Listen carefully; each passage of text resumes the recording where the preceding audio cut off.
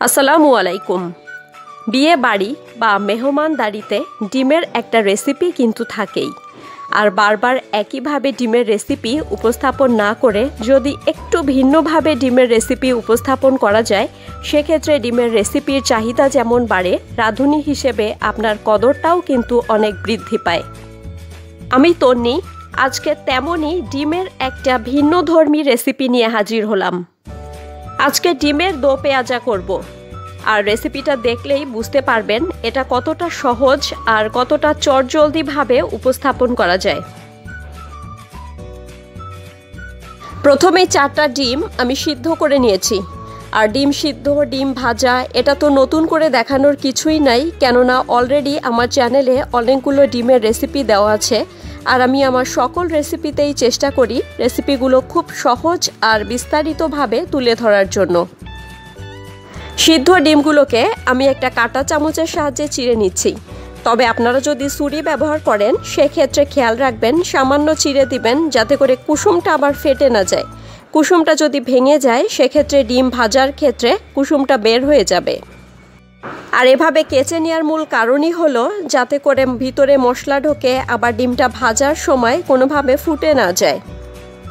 আর পারফেক্টভাবে ডিম সিদ্ধ করার লিংক আমি আমার ভিডিওর ডেসক্রিপশন বক্সে দিয়ে রাখবো, আপনারা চাইলে সেখান থেকেও দেখে নিতে পারবেন।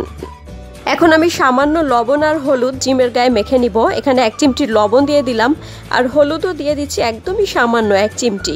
আপনারা চাইলে হলুদটা নাও ব্যবহার করতে পারেন, তবে আমি দেখার সৌন্দর্যের জন্য বা সুন্দর একটা কালার আসার জন্য হলুদটা ব্যবহার করলাম, আর এটা একদমই সামান্য।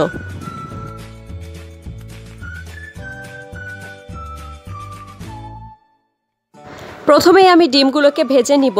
আর যেটা আমি প্রথমেই বললাম যে ডিম সিদ্ধ আর ডিম ভাজা আসলে এটা নতুন করে দেখানোর কিছুই নেই। আপনারা যারা আমার রেসিপিগুলো দেখেন তারা তো নিশ্চয়ই জানেনই যে আমি ডিমকে বেশি ভাজি না, হালকা ভাজা খেতেই পছন্দ করি। তবে আপনারা যদি একটু বেশি গাঢ় ভাজা পছন্দ করেন সেক্ষেত্রে আপনারা ডিমটাকে একটু সময় নিয়ে একটু লাল করে ভেজে নেবেন। কিন্তু আমি ডিমগুলোকে বেশি ভাজবো না, হালকা ভাজা দিয়েই উঠিয়ে নিব।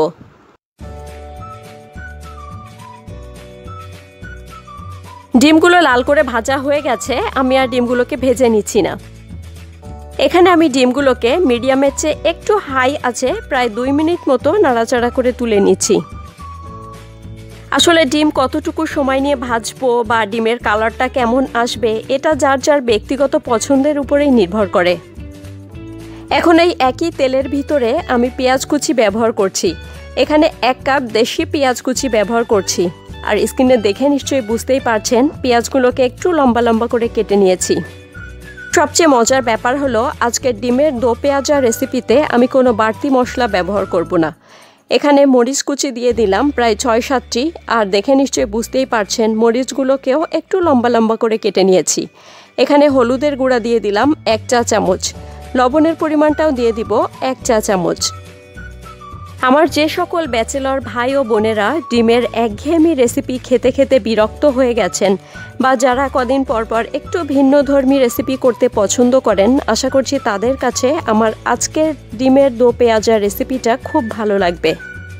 এছাড়াও বাসায় মাছ মাংস না থাকলে মেহমান আসলে চটজলদি এই রেসিপিটাই উপস্থাপন করা যায়। সাদা ভাত বা পোলাও যার সাথেই ডিমের দো পেঁয়াজা রেসিপিটা দেন না কেন, এটা খেতে অনেক ভালো লাগবে। আর আমার কাছে মনে হয় যে কোনো রেসিপি যদি কয়দিন পরপর একটু ভিন্নভাবে পরিবেশন করা যায় সেক্ষেত্রে বাড়ির বাচ্চা থেকে শুরু করে মুরব্বিরা পর্যন্ত সবাই অনেক পছন্দ করবে। ডিমের দো পেঁয়াজা তৈরিতে বাড়তি কোনো মশলার ঝামেলা নেই। হাতের কাছে উপকরণ দিয়ে খুব সহজেই এই রেসিপিটা তৈরি করতে পারবেন।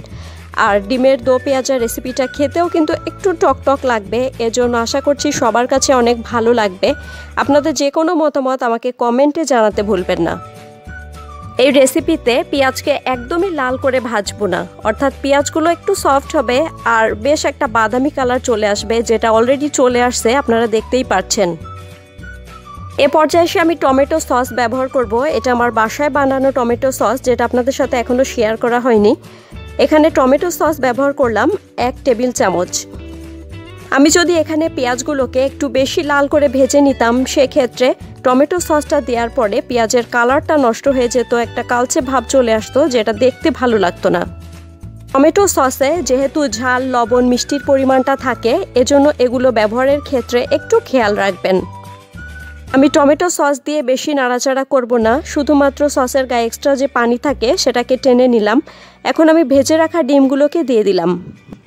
আজকের ডিমের দো পেঁয়াজা রেসিপির মূল উপকরণই হলো টমেটোর সস, অর্থাৎ এই সসটা ব্যবহার করার ফলেই ডিমের স্বাদটা বহুগুণে আসবে, অর্থাৎ একটা টক মিষ্টি ভাব আসবে, যেটা খেতে অনেক ভালো লাগবে। এ পর্যায়ে সে চিনি ব্যবহার করছি 1 চা চামচ। এখন নিশ্চয়ই আপনারাও আন্দাজ করতে পারছেন যে এটা গরম ভাত বা পোলাও যে কোনো কিছুর সাথে পরিবেশন করলেই অনেক মানানসই হবে। এই রেসিপিতে একটা জিনিস খেয়াল রাখবেন, এখানে টমেটো সসটা একটু ভেজা ভেজা ভাব থাকবে, অর্থাৎ অতিরিক্ত জাল দিয়ে টমেটো সসকে একদম টেনে নেবেন না, তাহলে এটা দেখতে যেমন খারাপ লাগবে, এটা স্বাদটাও কিন্তু নষ্ট হয়ে যাবে। ব্যাস, অল্প সময়ে অল্প উপকরণে তৈরি হয়ে গেল ডিমের দো পেঁয়াজা রেসিপি। আমি এটাকে আর টানাবো না, এরকম ভেজা ভেজা অবস্থায় পরিবেশন করে নিব। আশা করছি আপনাদের কাছে ডিমের দো পেঁয়াজা রেসিপিটা খুব ভালো লেগেছে, আর যদি ভালো লেগে থাকে তাহলে ফ্রেন্ডস আর ফ্যামিলির সাথে শেয়ার করতে ভুলবেন না। আর স্ক্রিনে দেখে নিশ্চয়ই বুঝতেই পারছেন এটা কতটা লোভনীয় হয়েছে। আগামী দিনে দেখা হবে তন্নি কুকিং স্টুডিওর আরও একটা নতুন রেসিপি নিয়ে। সেই পর্যন্ত সবাই খুব ভালো থাকবেন, সাবধানে থাকবেন, আমার জন্য দোয়া করবেন। আল্লাহ হাফেজ।